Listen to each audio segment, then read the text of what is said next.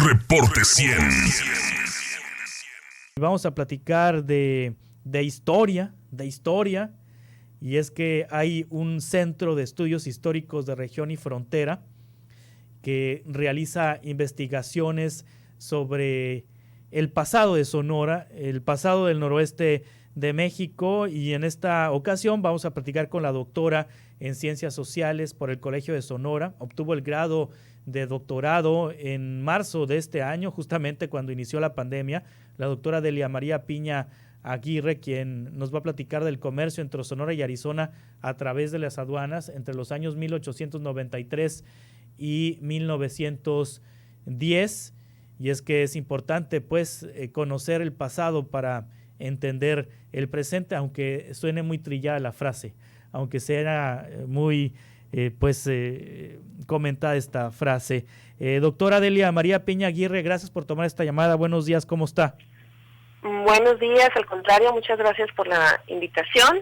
Muy bien, gracias. Aunque suene muy trillada la frase de que es importante conocer el pasado para entender el presente, ¿a usted qué le parece ese fraseo? Pues a veces podemos ver que la historia se repite, entonces yo creo que es bastante acertada la frase. Sí, la historia se repite, ¿verdad? Es cíclica. Pues implica el hecho de que muchas de las cosas que podemos ver nosotros los historiadores en el pasado, pareciera que estamos leyendo las noticias del día, a veces, ¿no?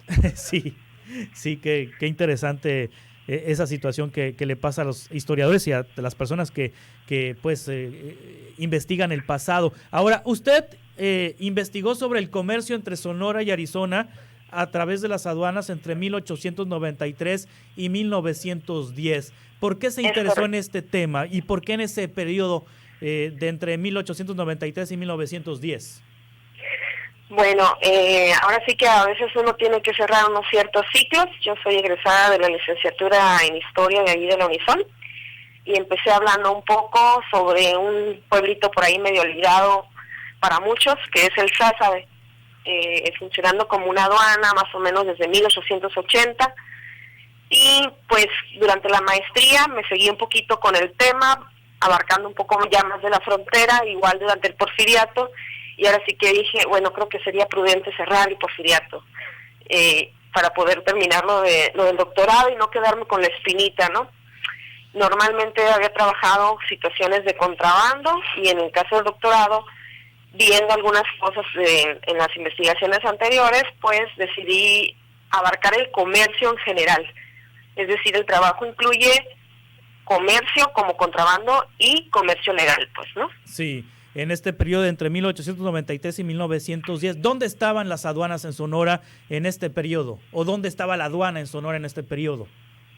Bueno, Sonora contaba con varias aduanas y la principal característica es que tenía como que 2, 3 muy fuertes para esta época. Una de ellas era Nogales y la otra es Naco. Más tarde la aduana de Agua Prieta pues va a cobrar un poco de fuerza y tenía por ahí algunas que eran medio intermitentes, volantes. A veces había como que puntos de vigilancia en lo que es Santa Cruz, en lo que es Sázabe, Sarik, también tenía un punto de vigilancia, lo que ahorita conocemos más o menos como San Luis Río Colorado, en un punto ahí muy cercano, que se le llamó la Colonia Lerdo, y otro punto tenía en Sonoita, sí, que en algún tiempo se llamaba también Quito Vaquita, en un punto ahí muy cercano a Sonoita, ¿no? Sí, ¿eran dirigidas por civiles estas aduanas o eran dirigidas por militares? Ya ve que ahora en los puertos van a poner a militares, en las aduanas de los puertos van a colocar a militares por decisión del gobierno de López Obrador para combatir la corrupción. ¿En aquella época eran civiles o eran militares? Pues yo creo que era como una especie de híbrido. Sí, un híbrido. Sí, bueno, la verdad es que se parece mucho al funcionamiento que hay en la actualidad, porque, o sea, ahorita no con los militares, ¿no?, propiamente, sino que los agentes estos que trabajaban aquí en la aduana, los empleados aduanales, se rotaban alrededor del país. Y ahora sí que al que le tocaba, por ejemplo, en la zona del desierto, parecía como que quedaba medio olvidado porque ya nadie lo pelaba ni nada y parecía casi un castigo. Incluso hasta se puede decir que eran muy poquitos empleados, pero podrían ser de Oaxaca, de Veracruz, de cualquier otra parte del país y llegaban a instalarse a estos puestos, y había aduanas, por ejemplo, como las de Sázabe, en donde la aduana propiamente en la población vivían unas cuantas familias y la familia del empleado aduanal, ¿no? De los empleados aduanales. Sí, ¿cómo era el comercio entre Sonora y Arizona en esa época?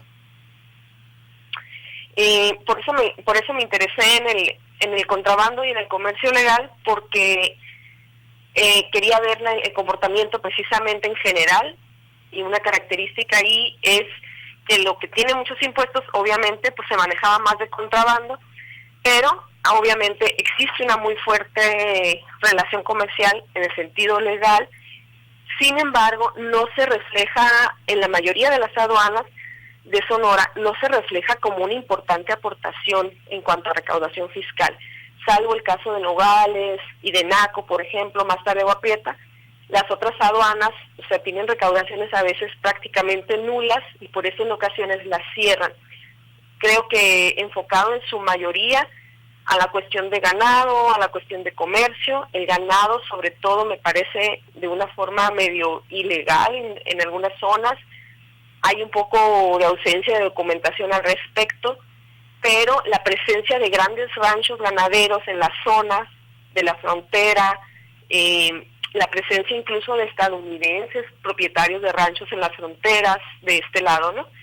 Te indica, ¿no?, que hay un fuerte comercio de ganado que no se ve reflejado de forma legal en cuanto a su recaudación. Entonces, obviamente, dices, bueno, de alguna forma cruzaba este ganado, y sí encuentras, por ejemplo, algunos permisos para cruzar, pero luego no encuentras en la relación el pago, ¿no?, por ejemplo. Y uno de los productos ahí más importantes eran los textiles, cuya carga fiscal podía exceder incluso hasta más del 100% del valor del producto en algunos casos. Y estos en muchas ocasiones te los encuentras de contrabando, ¿no? Sí. ¿Había libre comercio o había aranceles para poder importar productos de Estados Unidos a México? En este periodo hay las dos cosas. Sí. Existía lo que se le llamaba la zona libre. Me parece que de esta época es de donde viene el asunto del 21, que estaba acá cerca de Nogales, porque la zona libre era hasta el kilómetro 20. Sí. Entonces abarcaba 20 kilómetros al sur de la frontera, y si ibas a pasar del kilómetro 20 ya tenías que pagar tus impuestos, ¿no? Algo que se suponía debías reportar en cuanto cruzabas, y para quienes no lo reportaban, pues había otros muchos puntos de vigilancia encargados en algún momento de lo que se le conoció como la gendarmería fiscal, que era literal una policía de la aduana que andaba por todo el estado, por toda la frontera, porque era para todo México, supervisando que todo el mundo trajera sus papeles en regla, y si traía un producto extranjero, trajera su papelito comprobante de que ya pagó impuestos, y etcétera, ¿no? Sí, ahora, del comercio entre Sonora y Arizona, es decir, de aquí para allá, ¿se exportaba libremente o también se pagaban aranceles al gobierno de Estados Unidos? Pues el producto más fuerte, me parece, aquí en Sonora, que es el ganado. Sí. En algún momento pagó impuestos, en la década de 1890, pagó impuestos, y es algo, por ejemplo, interesante, porque se cobran estos impuestos a partir de una serie de conflictos, discrepancias que hubo en una reunión por ahí panamericana, en donde podría decirse que México no apoyó muchas de las posiciones de Estados Unidos, y poquito después sale lo de los aranceles. Entonces, no nada más al ganado, sino muchas otras cosas, y luego México como que responde. Entonces se paga un arancel muy alto, de aproximadamente $10 por cabeza de ganado, en casos en donde, por ejemplo, una cabeza de ganado se podía vender en $20, por ejemplo, no al otro lado. Entonces eso obviamente afectaba mucho a los ganaderos, y empezó a haber obviamente quejas y todo esto, y luego Estados Unidos empezó a relajar sus medidas, y México también, ¿no? Porque México, en respuesta, también pone medidas restrictivas a los productos estadounidenses. Sí, estamos platicando con la doctora Delia María Piña Aguirre, doctora de Ciencias Sociales por el Colegio de Sonora, perteneciente al Centro de Estudios Históricos de Región y Frontera, sobre el comercio entre Sonora y Arizona entre 1893 y 1910. El contrabando, hasta antes del Tratado de Libre Comercio, pues yo me acuerdo, Delia, y quienes tenemos 40 años, un poco más de 40 años, no me van a desmentir, que cuando íbamos con nuestros papás de niños a Estados Unidos y comprábamos algún producto o algo, los papás nos pedían que nos sentáramos arriba de ellos, ¿no? De los productos, porque nos los iban a quitar en la aduana, pues, ¿no? Porque no había libre comercio, nos los iban a quitar. Y sí, de pronto, yo recuerdo experiencias amargas en ese momento, porque de niño lo ves como una tragedia, que te quitaran algún juguete que traías, o que te confiscaran la ropa que habías comprado en el otro lado, y hasta los dulces, porque no había pues libre comercio, y te lo quitaban todo, te van a quitar todo. ¿Así funcionaba también en el 893? Sí, algo así. Empieza en el 85, lo de la llamada zona libre, sí, y después va subiendo un poquito. La zona libre ya no era tan libre, le suben un 3% de impuestos, luego le suben un 10%. En este caso era el pago del impuesto en la aduana. Te digo, algunos productos con mucho más carga fiscal que otros. Por ejemplo, los alimentos no tenían tanta carga fiscal, por ejemplo, pero los textiles sí, muchísima. Entonces, si no lo pagabas, te lo retiraban, pero hay un momento en el que no solamente te lo retiraban, sino que tenían derecho a llevarte preso. Sí. O sea, todavía mucho más fuerte, y estabas preso por mientras se llevaba a cabo todo el proceso, lo que a veces implicaba meses. Sí. La balanza comercial, ¿es posible medirla? Es decir, ¿se sabe si exportábamos en Sonora más de lo que importábamos o importábamos más de lo que exportábamos a Arizona? Bien, hay por ahí